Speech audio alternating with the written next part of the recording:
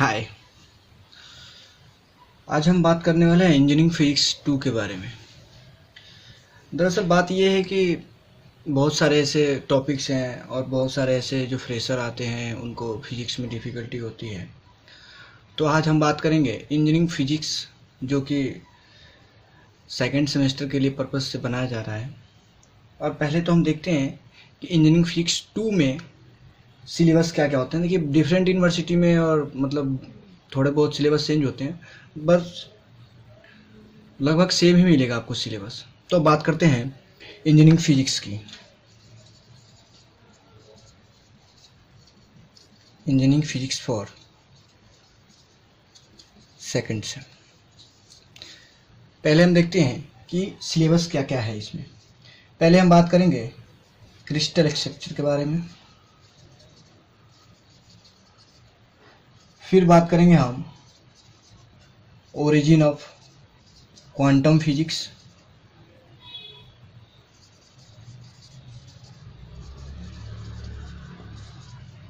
Then बात करेंगे हम फ्री इलेक्ट्रॉन थ्योरी के बारे में,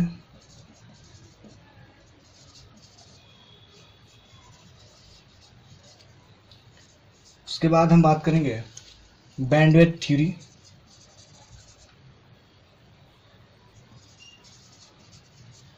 band theory for solids. Again हम बात करेंगे सेमीकंडक्टर एंड हॉल इफेक्ट। उसके बाद आपका मिलेगा सुपर कंडक्टिविटी। उसके बाद हम बात करेंगे लास्ट वन नैनो टेक्नोलॉजी के बारे में।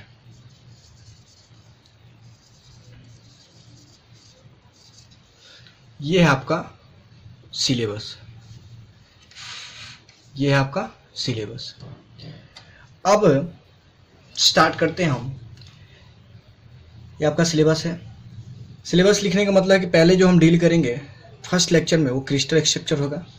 दूसरे लेक्चर में हम डील करेंगे origin of quantum physics, then again free electron theory, band theory, उसके बाद सेमीकंडक्टर, सुपर कंडक्टिविटी और नैनो टेक्नोलॉजी। ये सब हम डील करेंगे। सिलेबस लिखने का मतलब ये है कि जब बच्चे लेक्चर सीरीज देखते हैं तो टॉपिक ढूंढने लगते हैं। तो मैं आपको बता दूं कि आज भी जो हम डिस्कस करेंगे क्रिस्टल स्ट्रक्चर के बारे में, क्रिस्टल स्ट्रक्चर के अंदर हम डील करेंगे क्रिस्टल क्या होता है, ठीक है। उसके बाद देखेंगे लैटिस यूनिट सेल। तो इसमें हम बता देता हूँ आपको क्या क्या देखेंगे। इसमें हम देखेंगे यूनिट सेल, उसके बाद स्पेस लैटिस, मिलर इंडिसेस,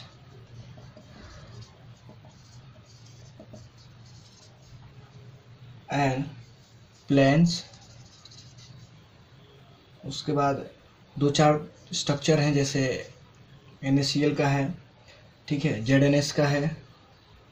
उसके बाद एक और है आपका डायमंड क्यूबिक स्ट्रक्चर है। मतलब ये सारे पॉइंट हम इसमें डील करने वाले हैं। तो स्टार्ट करते हैं।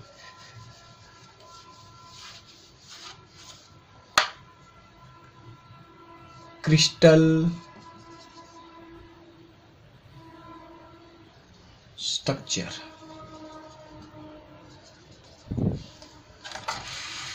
Crystal structure. अब बात करते हैं ये क्रिस्टल स्ट्रक्चर, क्रिस्टल का मतलब होता क्या है, क्रिस्टल आया कहाँ से। फर्स्ट हम बात करते हैं एक चीज जिसका नाम है सॉलिड।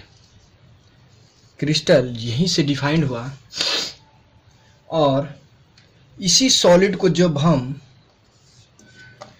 डिवाइड करते हैं, यानी इसके number of arrangement of particles के अकॉर्डिंग अगर हम इसको डिफाइन करते हैं तो हमें दो चीज मिलता है। पहला मिलता है क्रिस्टलाइन सॉलिड और दूसरा मिलता है एमॉर्फस सॉलिड।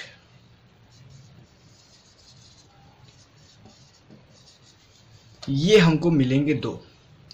जब हम सॉलिड को अरेंजमेंट ऑफ पार्टिकल्स के अनुसार डिफाइन करते हैं तो हमें मिलता है 2 सॉलिड्स, और उन 2 सॉलिड्स का नाम है, एक है आपका क्रिस्टलाइन सॉलिड, दूसरा है एमॉर्फस सॉलिड। अब हम बात करते हैं कि आखिर इनमें ऐसा क्या होता है जो इनको, सॉलिड एक ही है, सॉलिड एक ही है, लेकिन पार्टिकल्स के अनुसार इनको 2 भागों में डिवाइड कर दिया गया। कैसे? तो फर्स्ट देखिए, पहला है हमारे पास क्या था, क्रिस्टलाइन सॉलिड, क्रिस्टलाइन सॉलिड, और दूसरा था एमॉर्फस, दूसरा था एमॉर्फस। अब जब हम इनको 2 भागों में डिवाइड करते हैं, किस पे, arrangement of particles, okay, arrangement of particles. तो क्रिस्टलाइन सॉलिड में क्या होता है, कैसा अरेंजमेंट होता है, तो इसमें जो आपका अरेंजमेंट होता है वो रेगुलर अरेंजमेंट होता है। क्या होता है? Regular arrangement. और सेम कंडीशन देखिए, जब 2 चीज़ों को हम कंपेयर करते हैं तो एक का निगेटिव एक का पॉजिटिव, अगर इसमें रेगुलर अरेंजमेंट हो रहा हो तो हो सकता है कि इसमें इरेगुलर अरेंजमेंट हो रहा हो। ऐसा ही होता है, एमॉर्फस में आपका होता है इरेगुलर,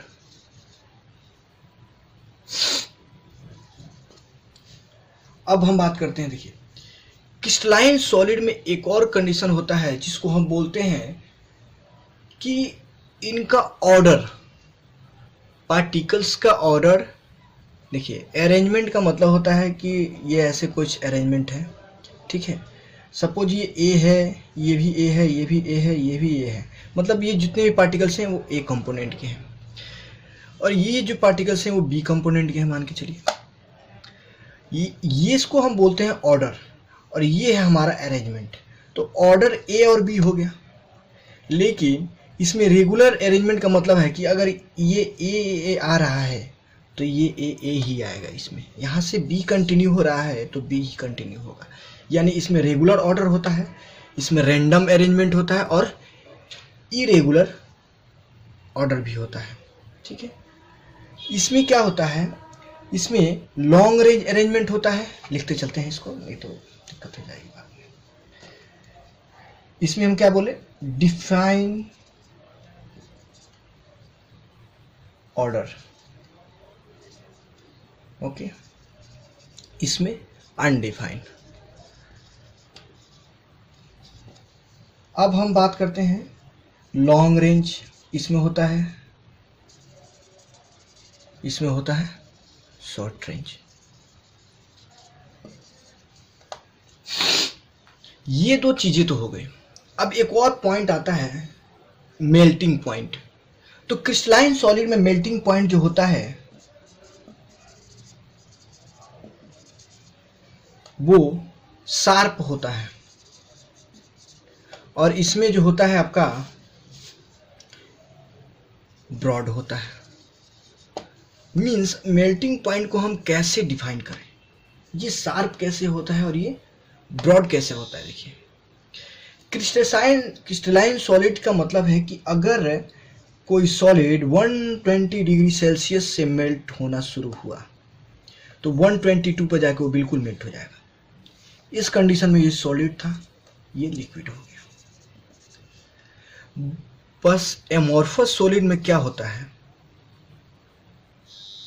एमॉर्फस सॉलिड में क्या होता है, इसमें क्या होता है कि अगर आपको किसी भी चीज को, ये सॉलिड है ये लिक्विड है, अगर कोई भी चीज 120 डिग्री पे मेल्ट होगा तो डैट मीन्स उसका जो टेम्परेचर है जब तक वो मेल्ट ना हो जाए तब तक आपको 120 डिग्री मेंटेन करके रखना पड़ेगा, 120-122 डिग्री मेंटेन करके रखना पड़ेगा।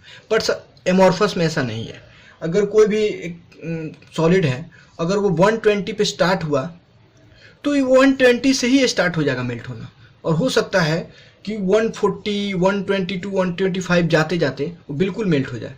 इसमें टेम्परेचर मेंटेन करने की जरूरत नहीं है। एग्जाम्पल के तौर पे आपको मैं बता दूं, अगर आपने किसी ने ग्लास को गर्म किया हो तो आपने देखा होगा ग्लास जैसे ही गर्म होता है पहले वो अपना इरेगुलेटरी चेंज करता है, यानी पहले वो अपना शेप चेंज करेगा, यानी पहले हार्ड होगा तो फिर सॉफ्ट होगा। ये एमॉर्फस के कंडीशन में होता है। Amorphous glass, this marble, marble का एग्जांपल ले सकते हैं आप, इसमें आयरन का ले सकते हैं। ये क्रिस्टलाइन सॉलिड है, बस ग्लास जो है एमॉर्फस सॉलिड है। इसमें अगर जैसे ही आपने गर्म करना शुरू किया इसको तो ये पिघलेगा तो जरूर, यानी मेल्ट तो होगा, बट इसका स्ट्रक्चर चेंज होते जाएगा। पहले सॉलिड, फिर सेमी सॉलिड, फिर थोड़ा प्लास्टिसिटी आएगा, फिर ये इस कंडीशन में जाके लास्ट में पता मेल्ट हो जाएगा। बट अगर आपको आयरन को मेल्ट करना है एग्जांपल के तौर पर तो 1320 डिग्री सेल्सियस, ये टेम्परेचर आपको तब तक मेंटेन करके रखना पड़ेगा जब तक आयरन मेल्ट ना हो जाए। अगर आपने बीच में से इसको टेम्परेचर कम कर दिया, आयरन की मेल्टिलिटी कम हो जाएगी और ज़्यादा टाइम लेगा। तो ये है आपका मेल्टिंग पॉइंट। आई होप आपको समझ में आया होगा। देखिए, अगर आपको पहले से पता है तो मैं ये नहीं कहूँगा कि आप कुछ ये करें, चेंज करें उसमें। देखिए, कॉन्सेप्ट को अपने कॉन्सेप्ट को ख़राब नहीं करना चाहिए। अगर कोई दूसरा बता रहा है तो अगर उसमें कुछ अच्छा लग रहा है तो आप उसको लें, बशर्ते आपको उसको इग्नोर करते चले जाए। देखिए, अब होता है, एक होता है आपका ये जो होता है, अब डिपेंड करता है। देखिए, सॉलिड अगर पार्टिकल्स हैं तो उसके डायरेक्शन भी होंगे। मैंने आपको पहले ही कहा था कि दीज जो कंडीशन है क्रिस्टलाइन और एमॉर्फस सॉलिड का, ये depends upon the arrangement of particles है।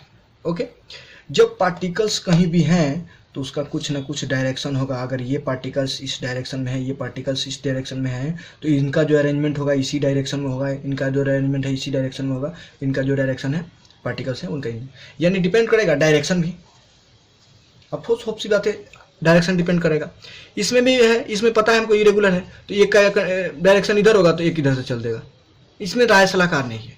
और इनमें है कि ये फैमिली जो है कंजुगेटेड है और वेल्ड है, तो ये राय मशवरा करके चलेगी, भैया अगर हमको इस रास्ते से जाना है तो सभी लोग इसी रास्ते से चलें। ठीक है, तो ये जो होता है आपका एनाइसोट्रॉपिक होता है। ठीक है,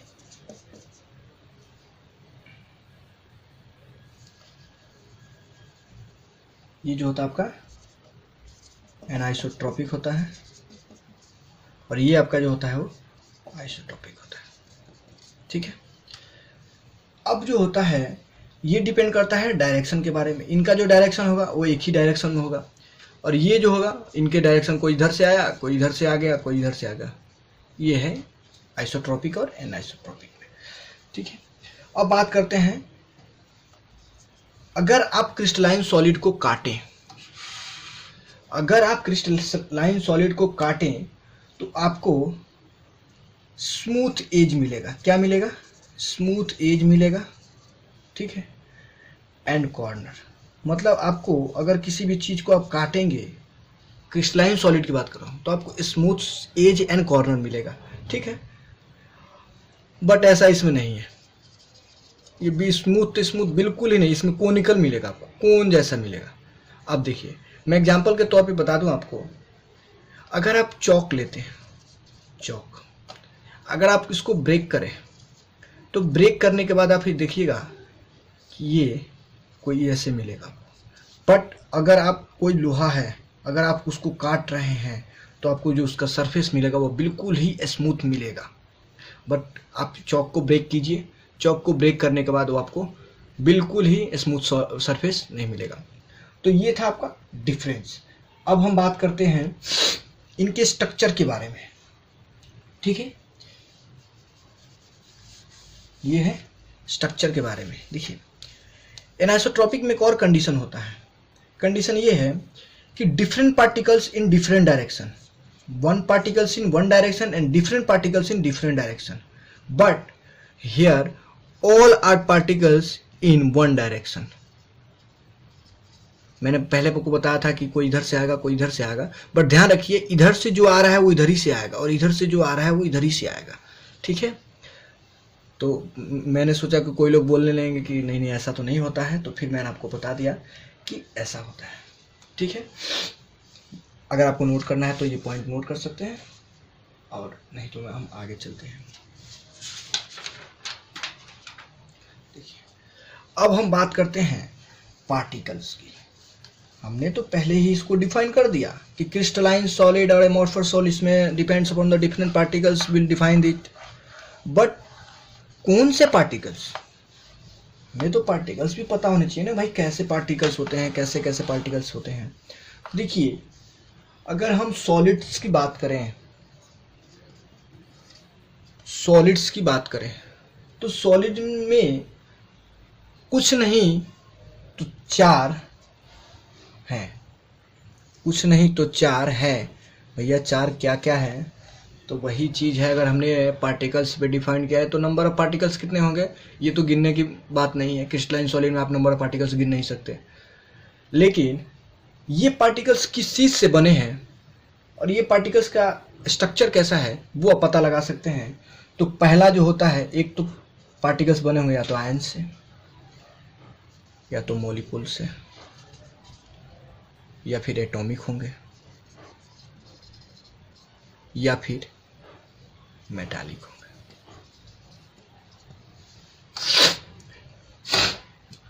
ये है आपका। अब देखिए, आयंस, आयंस को क्या बोलते हैं, जिसपे चार्ज होता है, प्लस का चार्ज हो, माइनस का चार्ज हो। अगर हम NaCl का एग्जांपल लेते हैं तो देखिए Na भी प्लस है, Cl भी प्लस है। ठीक है, ये सब आपका ये है। और मॉलिक्यूल्स क्या होते हैं, मॉलिक्यूल्स आप एग्जांपल ले लीजिए वाटर का। ठीक है, तो ये मॉलिक्यूल्स होते हैं इसमें। ठीक है, ये एटॉमिक क्या होता है, आप डायमंड स्ट्रक्चर को ध्यान रखिए। डायमंड स्ट्रक्चर में एटॉमिक पार्टिकल्स पाए जाते हैं। और मेटालिक तो बताना ही नहीं है, iron, iron, silver, iron, silver, बहुत सारे वगैरह वगैरह हैं।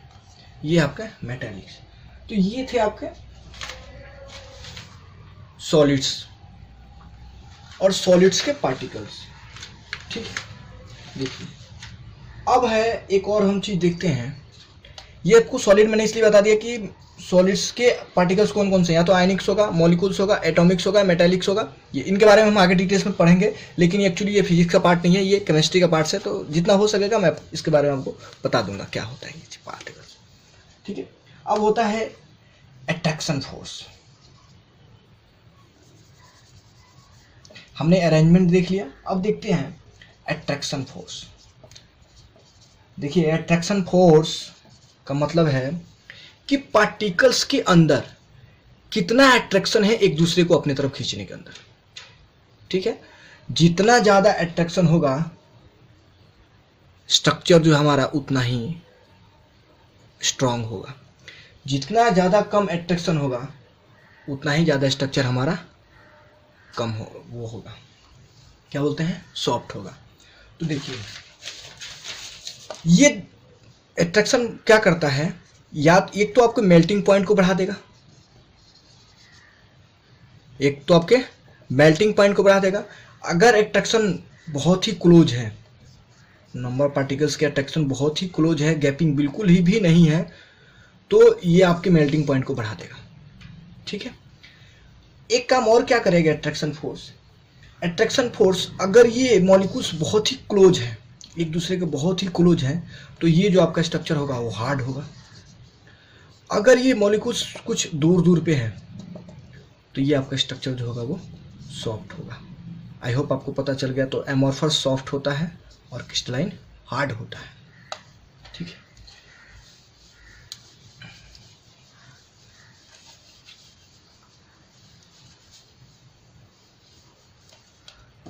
अब देखिए, सपोज हमारे पास एक कोई स्ट्रक्चर का है।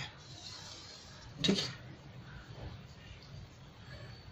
इसमें मान लीजिए कि ये Na है, Na plus Cl minus, Na plus Cl minus, Na plus Cl minus, ऐसे पूरे बॉडी में है। ठीक अरेंजमेंट है, Na के बाद Cl, Cl के बाद Na, Cl के बाद Na, Na के बाद Cl, Cl के बाद Na, ऐसे ही है। ठीक है, तो ये इनके बीच जो भी अट्रैक्शन होता है, इनके बीच जो भी अट्रैक्शन होगा, इनमें जैसे भी अट्रैक्शन होगा, ये जैसे भी अपने आप से बंधे होंगे, ठीक है, इन्हीं को बोलते हैं अरेंजमेंट। अगर Na ऐसे हो जाए, Cl ऐसे हो जाए, फिर तो डिफिकल्टी होगी, ताकि इनमें जो है ना ये चार्ज ना इधर को ट्रांसफर हो पाएगा, ना ये चार्ज इधर को ट्रांसफर हो पाएगा। लेकिन इस कंडीशन में चार्ज ट्रांसफर होगा, ये प्लस है तो माइनस वाले को अपने तरफ अट्रैक्ट करेगा, माइनस वाले प्लस वाले को अपने तरफ अट्रैक्ट करेगा। तो इसको हम जो बोलते हैं, ये जो इनके बीच का जो अट्रैक्शन होता है, इस अट्रैक्शन को हम बोलते हैं इलेक्ट्रिक अट्रैक्शन, या फिर इलेक्ट्रो मैग्नेटिक बोल सकते हैं, फिर इलेक्ट्रोस्टैटिक बोल सकते हैं। ये है इनके बीच का, ये जो बंधे होंगे वो बंधे होने का कारण है इनका इलेक्ट्रोस्टैटिक, ठीक है। अब हम बात करते हैं, ये है आपका बॉन्ड, और इन्हीं को हम बोलते हैं, ये जो आयन्स लगे हैं, तो ये कौन से पार्टिकल्स हैं? आयन के पार्टिकल्स हैं। तो आयन के पार्टिकल्स को हम क्या बोलते हैं? आयोनिक सॉलिड, ठीक है। तो ये आपका ये एग्जांपल था आपका आयोनिक सॉलिड्स का। अब देखिए, अब हमने बात किया था मॉलिक्यूल वाले का, एक एग्जांपल लीजिए। हमने एग्जांपल लिया H2O का। मान लीजिए कि ये जो पूरा स्ट्रक्चर है, ये बर्फ का एक स्ट्रक्चर है, एक जो है बर्फ का स्ट्रक्चर है, ठीक। तो S पे क्या होता है? डेल्टा प्लस, O पे क्या होता है? डेल्टा माइनस, ठीक है। ये डेल्टा का मतलब होता है डाइपोल, ठीक है। ये क्या होता है? डाइपोल। तो देखिए, ये डाइपोल का मतलब होता है, मैं आपको सिंपल सा एग्जांपल बताता हूँ कि अगर H पे डेल्टा प्लस है, ठीक है, और O पे डेल्टा माइनस है, ठीक है। अगर आपको इससे समझ नहीं आ रहा तो मैं आपको और सिंपल सा बता दूं जिसको आपको पता चले। ये HCl है, मान के चलिए, ये H पे डेल्टा प्लस है और Cl पे डेल्टा माइनस है। अब अट्रैक्शन फोर्स क्या होगा कि ये प्लस वाला चाहेगा माइनस वाले को अपनी तरफ खींचने को, यानी दो भाग में डिवाइड करने की कोशिश करेगा। मान लीजिए कि ये आपका डिवाइडेशन हुआ, ये कि H के पास तो प्लस है लेकिन Cl के पास माइनस है, लेकिन ये प्लस वाला चार्ज माइनस वाला चार्ज से कहीं ज़्यादा कम है। Cl के पास बहुत ज़्यादा चार्ज होता है, तो ये क्या करेगा? ये प्लस वाला तो माइनस वाला को नहीं खींच पाएगा, लेकिन माइनस वाला प्लस वाले को खींच लेगा। यानी जो ये जो बीच की जो ये जो अट्रैक्शन फोर्स बन रहा था यहाँ पे, यानी जो अरेंजमेंट यहाँ हो रही थी, ये क्या होगा? ये कुछ शिफ्ट हो जाएगा, Cl के पास चला आएगा। ये प्लस वाले के पास न जाके ये पूरा का पूरा Cl के पास चला आएगा, और इस कंडीशन में क्या होगा? इसी कंडीशन में बनता है डाइपोल, और इसी डाइपोल की वजह से हमारे H2O या फिर बर्फ एक साथ जुड़े होते हैं। यही है हमारा डाइपोल बॉन्डिंग, ठीक है। O के पास 8, हाइड्रोजन के पास 1। आपको सी बात है, ये इधर को खींचेगा। एग्जाम्पल के तौर पर देखिए, मान लीजिए O के पास 8 है, इसके पास 1 है, तो कभी भी 1 8 से तो बड़ा नहीं हो सकता, तो 8 वाला क्या करेगा? इसको अपने तरफ खींच लेगा। और इसी के खींचने की वजह से, अगर मान लीजिए कि तो दो दूरियां हैं, अगर ये इधर को खींच रहा है तो पूरी तरह तो नहीं खींच पाएगा, बॉन्ड पूरी तरह तो बना नहीं पाएगा, लेकिन कुछ ऐसा बॉन्ड बना लेगा ताकि वो टिके रहें एक दूसरे से। और एक दूसरे से जब टिके रहेंगे तो यही बॉन्डिंग जो होती है वो होती है डाइपोल बॉन्डिंग। और ये दो तरह की होती है, एक होता है परमानेंट और एक होता है टेम्पोररी, ठीक है। और ये जो आपका स्ट्रक्चर बनता है, ये बनता है आपका मॉलिक्यूलर सॉलिड से, ठीक है। ये आई होप आपको समझ में आ गया होगा। अब हम बात करते हैं आगे एटॉमिक सॉलिड्स की। देखिए, एटॉमिक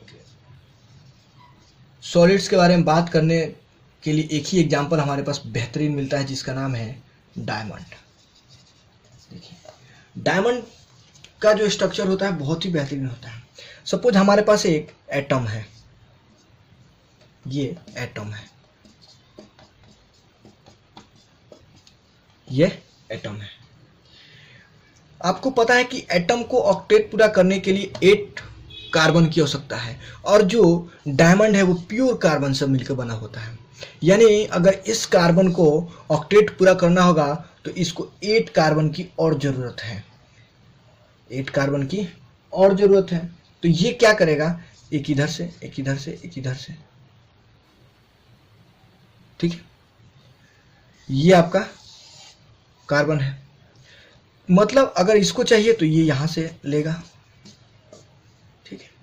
और इसी बॉन्ड को हम बोलते हैं कोवैलेंट बॉन्ड, ठीक है, या फिर सिंगल बॉन्ड। ये होता है आपका कोवैलेंट बॉन्ड, ये होता है सिंगल बॉन्ड। और ये जैसे ही जैसे अब फिर इसको पूरा करना है, ये भी यहाँ खोजेगा, ये भी यहाँ खोजेगा, फिर ये यहाँ पे, ये यहाँ से, ये यहाँ से। आप सोच नहीं सकते इनका स्ट्रक्चर कैसा दिखेगा, क्योंकि कोवैलेंट बॉन्ड कभी ख़त्म नहीं हो सकता। इनका स्ट्रक्चर कैसा दिखेगा, और इनका स्ट्रक्चर इतना कॉम्प्लिकेटेड होता है, बनाने में तो कॉम्प्लिकेटेड नहीं है, बट जब आप स्ट्रक्चर पे देखिएगा इतना कॉम्प्लिकेटेड लगेगा आपको। इसीलिए डायमंड जो है बहुत ही स्ट्रॉन्ग माना जाता है, क्योंकि सभी एटम जो हैं वो एक दूसरे से बहुत ही क्लोजली चिपके हुए होते हैं, और कोई भी एटम्स कोई किसी दूसरे के साथ कोई भी बॉन्ड नहीं बनाता, कोई दूसरे के साथ कोई भी बॉन्ड नहीं बनाता, वो सभी एक दूसरे से बॉन्ड बनाते हैं।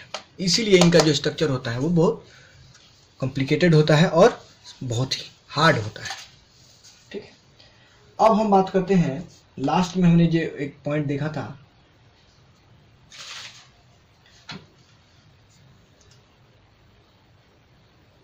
मेटेलिक। देखिए मेटल का हम ऐसे दिखा नहीं सकते उनका पार्टिकल्स का रेंज में, बट एक और हम आपको चीज़ दिखा दें। देखिए एक होता है electron gas model,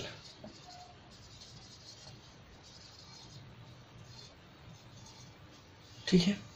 electron gas model, electron gas model का मतलब होता है कि कोई भी पार्टिकल्स है, सपोज ये है, इसके पास इलेक्ट्रॉन है, ठीक है। अगर ये पार्टिकल्स एक ही पार्टिकल से मिलके बना है, सपोज ये जो स्ट्रक्चर है आपका, ये इसी से मिलके बना है, इसमें कोई दूसरा नहीं है, ठीक है, यही इसी से मिलके बना है। अगर इसमें कोई दूसरा नहीं है, होगा ये कि ये जो इलेक्ट्रॉन है वो इनके बीच के बॉन्डिंग का काम करेगा, इनके बीच के बॉन्डिंग काम करेगा। तो करेगा क्या, वो तो ना इसके पास जा सकता है क्योंकि इसका इस पर प्लस है, ना इसके पास जा सकता है ना इसके पास, क्योंकि सभी एक दूसरे को आपस में खींचने की कोशिश करेंगे। तो ये इलेक्ट्रॉन क्या करता है, बोलता है कि ना हम तुम्हारे पास, ना इसके पास जाएंगे ना तुम्हारे पास आएंगे, हम क्या करेंगे, हम इसी में चक्कर काटेंगे। तो क्या करता है, एक गैसीय फॉर्म बनाता है, ठीक है, एक गैसीय फॉर्म तैयार करता है जिसको हम बोलते हैं इलेक्ट्रॉन गैस। ये होता है आपका इलेक्ट्रॉन गैस, और इसी इलेक्ट्रॉन के गैस की वजह से आपके जो पार्टिकल्स हैं एक दूसरे से अटैच रहते हैं, और इसी मॉडल को हम बोलते हैं electron gas model. I hope आपको समझ में आया होगा, क्योंकि ये पॉइंट बुक में नहीं था, सो मैंने इंक्लूड कर दिया, ठीक है। ये है आपके